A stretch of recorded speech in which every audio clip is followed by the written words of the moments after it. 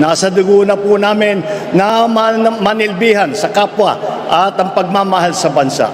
Naging kongresista, gobernador at senador.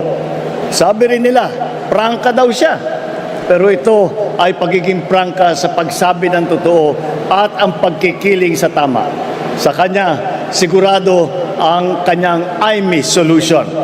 Mga kababayan, kasama din po natin si Senator Aimee Marcos na naunahan na ang mga ibang senador at busy na nagkakampanya at hindi makarating ngayong araw na ito.